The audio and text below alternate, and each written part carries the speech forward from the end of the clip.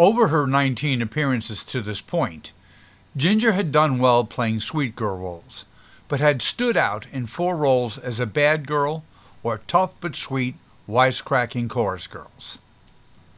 With that, and with aid from her boyfriend Mervyn Leroy, Warner Brothers gave Ginger her breakout roles with top section billing in 2 big-budget productions, 42nd Street and Gold Diggers of 1933.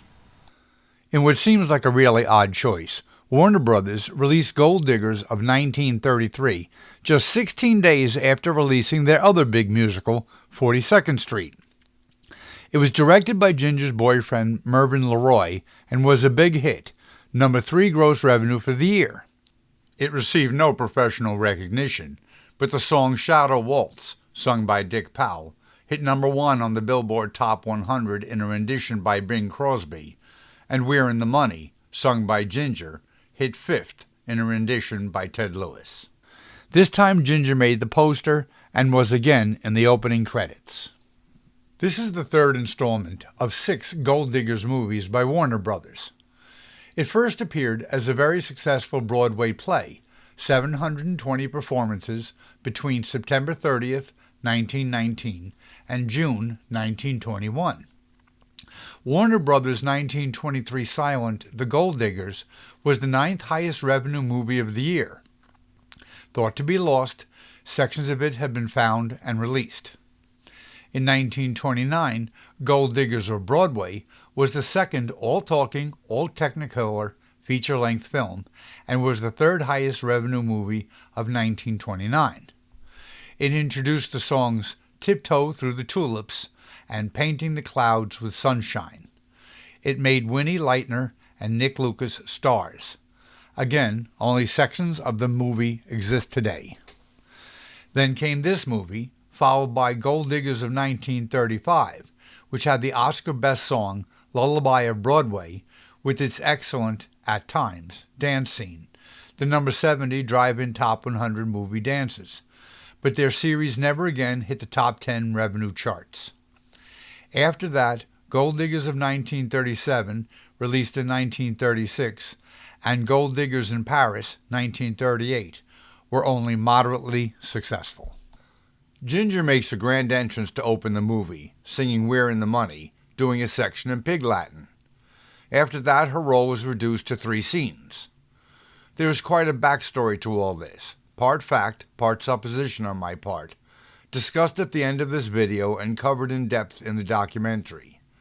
It includes Ginger having a great scene cut from the movie without notice, her boyfriend Leroy suddenly marrying Harry Warner's daughter without notice, and then giving her the cold shoulder for years, and Ginger refusing a long-term contract with Warner Brothers.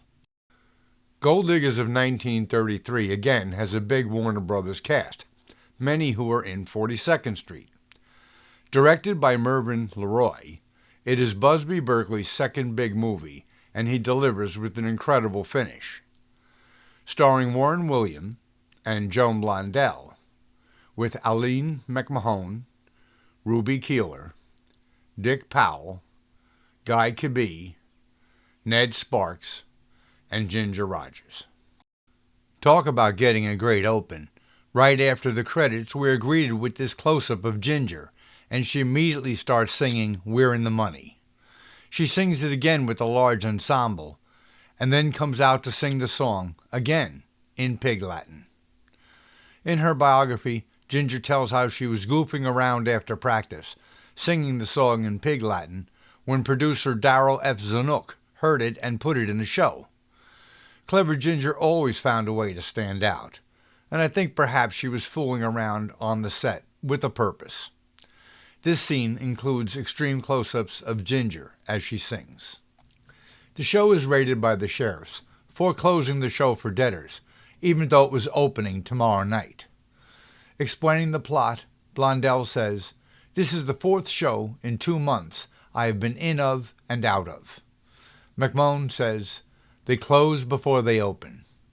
Ginger chimes in, "It's the Depression, dearie." Now they are all desperate and out of work. Blondell, McMahon, and Keeler are roommates, behind on the rent, hungry, and looking for work. Ginger comes in looking fabulous, spreading the rumor that Sparks is putting on a new show. For the second time in 2 movies, Warner Brothers cast Ginger as a casting couch star, not just alluding to it, but boldly stating it. One of them has to go see Sparks and needs to be dressed up, and Blondell wins. Ginger says about Sparks, "If Barney could see me in clothes," and her nemesis McMahon retorts, "He wouldn't recognize you." Keeler watches as her new neighbor, Powell, performs shallow waltz, and is already a little crazy for him. Some disparage Keeler's acting, but she plays shy and sweet very well.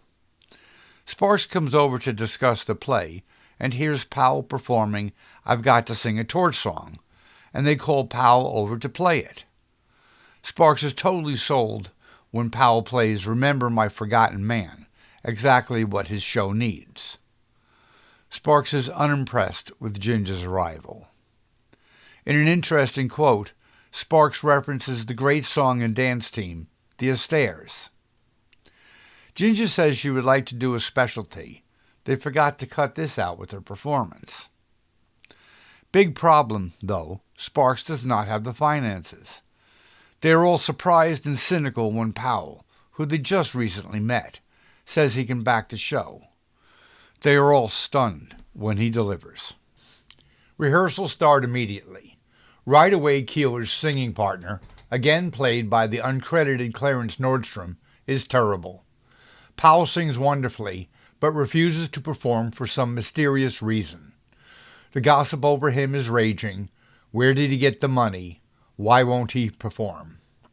The show finally opens, but Nordstrom is crippled with back pain. Sparks turns to Powell, and he still refuses. McMahon guilts him into it, with all these people counting on this show. Keeler is so touched by his assumed heroism, she tells him she loves him. Now begins Busby Berkeley's great choreographed scenes, starting with Powell and Keeler singing and dancing to "Pettin' in the Park."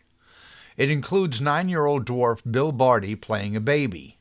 Later in life, Barty founded the Little People of America, a support advocacy organization for people with dwarfism. He had a long career in movies and television, 214 performances between 1927 and 2001. Then it becomes a Berkeley special, huge ensemble, quick cuts. On the verge of the Hays Code, it gets very naughty, and they actually release many different versions to get past the censors in different states and countries. During intermission, an audience member recognizes Powell. It becomes a front-page newspaper story. Powell meets with his older brother, William, who is also trustee of his estate, and Kibbe. William says the family can accept his career choice, but not his dating a floozy like Keeler. Powell is furious and declares he is going to marry Keeler. William threatens to withhold all his money until Powell is 30. Powell storms off, and Kibbe tells of his experiences with these parasitic gold diggers. The two go to Keeler's apartment and confuse Blondell for Keeler. Then they insult the girls, all show girls, and try to buy Blondell off. McMahon latches onto Kibbe and never does let go. Furious, the girls decide to take these two snobs for a ride, starting with them paying for obscenely expensive hats, followed by a shopping trip and a night out. Ginger shows up and is greeted coldly by Blondell and McMahon. Drunken Kibbe is mesmerized by Ginger and invites her to sit between McMahon and himself. McMahon kicks Ginger under the table and threatens, "One more look at him with those bedroom eyes and I'll break your leg." The men are a mess the next morning. William is determined to play Blondell, but actually admits he is a little taken with her. She is very fascinating. Keeler thinks they should set things straight, but Powell wants the girls to take them for a ride, and they do have plans. They all go out together, with Powell pretending to be jealous as William flirts with Blondell. Ginger comes over to flirt again with Kibbe, which Kibbe loves, and McMahon tells her, "You start walking and you keep walking, and if you ever come near him again, I'll break both your legs. Now scram." William is out on the balcony with Keeler, and asks why such a lady is on the stage. Keeler plays him also, with the sad story of her misfortune. These three are listening in as William says Keeler should be Powell's girl. They pounce after William calls showgirls cheap and vulgar, and Blondell storms out with William apologizing after her. Back at the apartment, William professes his love for Blondell. She tries to resist, says this is old game, he is just drunk, but has fallen for William also. He is so drunk, he passes out. McMahon arrives and gets an idea for blackmail. Powell and Keeler come in and see the frame-up, and Powell sees his way to finally marry Keeler. William wakes up confused and mortified. McMahon blackmails him for what he has done, taking advantage of Blondell because she loves him, and he writes a huge check. Blondell is not happy. McMahon realizes Blondell has fallen for him. Back at their apartment, Kibbe admits he loves McMahon. Then they see in the paper Powell has married his real girl. William realizes he has really been played and is furious. When he confronts Blondell, though, she reminds him she never said she was Keeler. When he demands his check back, she points it out hanging on the wall, a reminder to herself to never get caught up with his kind again. She tells him to get out, but they are in love, so they both stop the charade. Yet he still intends to oppose his brother's marriage. Blondell says if he does, she will not marry him, and then runs off to do the show. The show opens with Powell and Keeler singing and dancing to Shadow Waltz. Bing Crosby's rendition hit #1 on the Billboard Top 100. Then it breaks into another Berkeley special. There is one hell of a backstory to the filming of this scene. At 5:55 p.m., March 10th, 1933, the Long Beach earthquake hit Southern California, measuring 6.4 on the Richter scale. Berkeley was almost thrown off and momentarily hanging onto the camera boom with one hand. The lights were blown out, and the girls were trapped on these 30-foot-high platforms. Some were said to have been thrown off, but that is unverified. The electricity to these violins the girls were playing was also said to have shocked some of them. Look at the wires hanging off of Keeler. What a mess. But also, what a nice effect. Here, a sideways camera filming the girls dancing on the mirrored floor. Finally, rippling water reflecting them kissing. Bravo, Busby. Kibbe and McMahon announce their marriage. William arrives and declares he will have Powell and Keeler's marriage annulled. Blondell again says if he does this, she will not marry him. But the policeman William brought is exposed as actually an actor. William was pranking them and gives the new couple the $10,000 check. And they all lived happily ever after.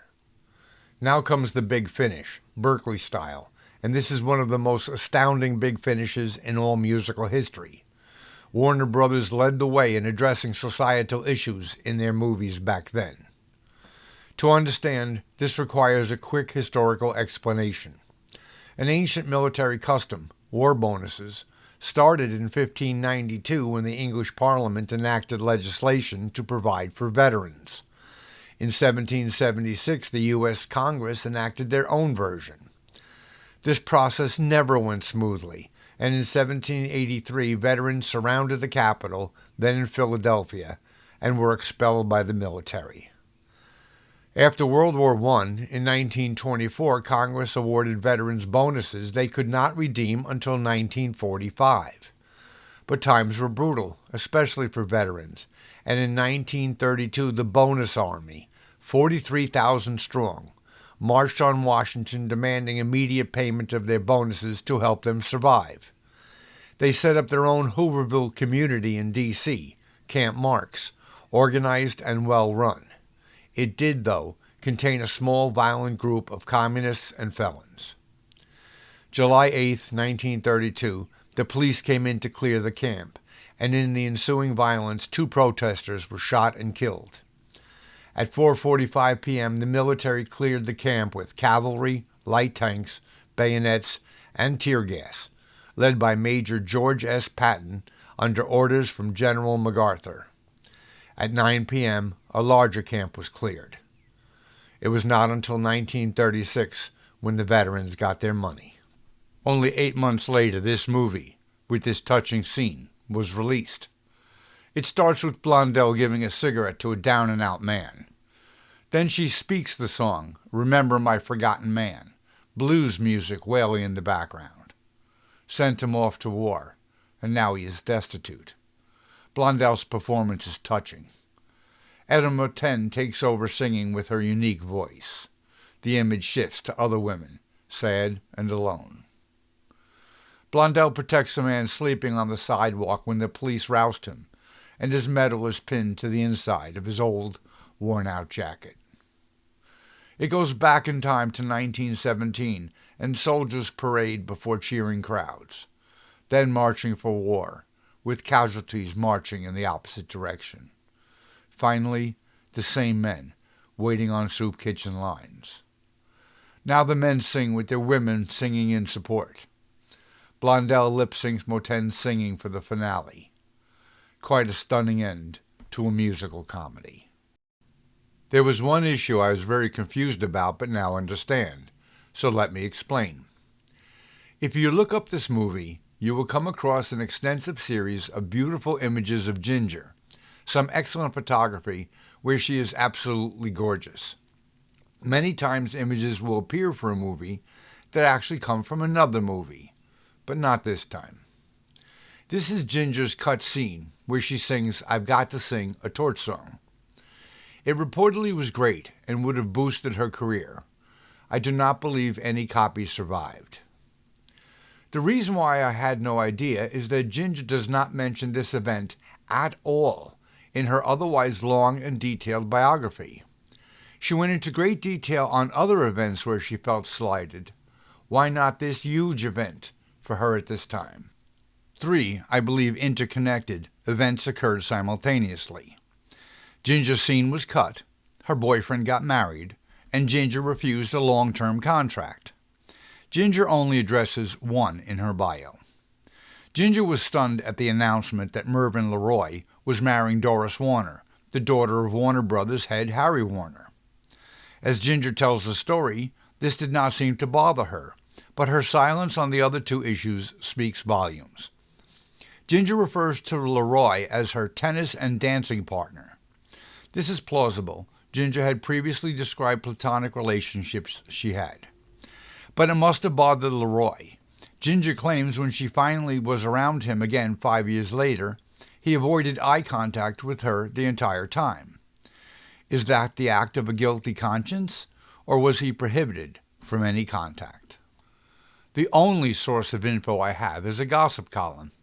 Not that these gossip rags are reliable sources, a mix of truth, half-truths, exaggerations, innuendo, and lies. Screenland September 1934 had a very pro-Ginger article about this event. It starts off describing her as the latest hot-tempered redhead in Hollywood. Only at the premiere of Gold Diggers in Grauman's Chinese Theater did Ginger discover her scenes had been cut. It says a few days before Ginger had refused a long-term contract, so they did not want to promote a star not under contract.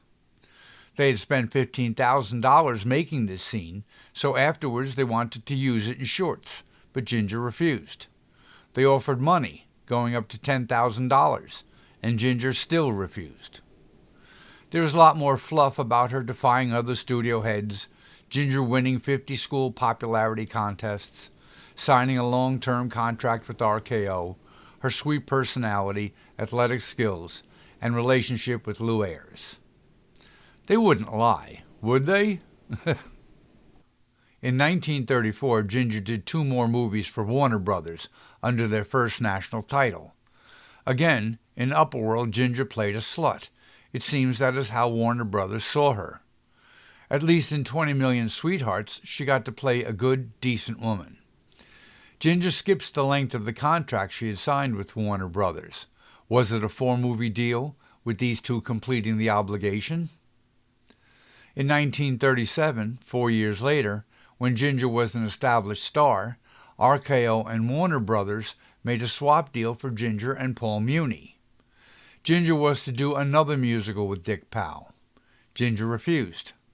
Ginger refused all follow-up offers, and RKO had to pay a $75,000 penalty. Was Ginger getting even? She did turn down many roles over the years. In 1942, Bette Davis was in a contract dispute with Warner, and Ginger was offered Now Voyager, which she really wanted to do. But Davis ended her strike when Ginger was offered the role. Ginger, who freelanced around the studios most of her career, did not do another Warner Brothers movie until Perfect Strangers in 1950. Those are the facts, more or less. My theory? Ginger's career was being offered up as a wedding present to Doris Warner. Already they had cast her in no future slut roles, with the Hays Code coming into effect right after these movies were released. One way to tell if someone is guilty is they act guilty. What was Leroy acting so guilty about? Thankfully, Ginger refused the long-term contract offer, or her just blossoming career could have been buried. Covered in depth in the Fred and Ginger documentary series. Please like and subscribe.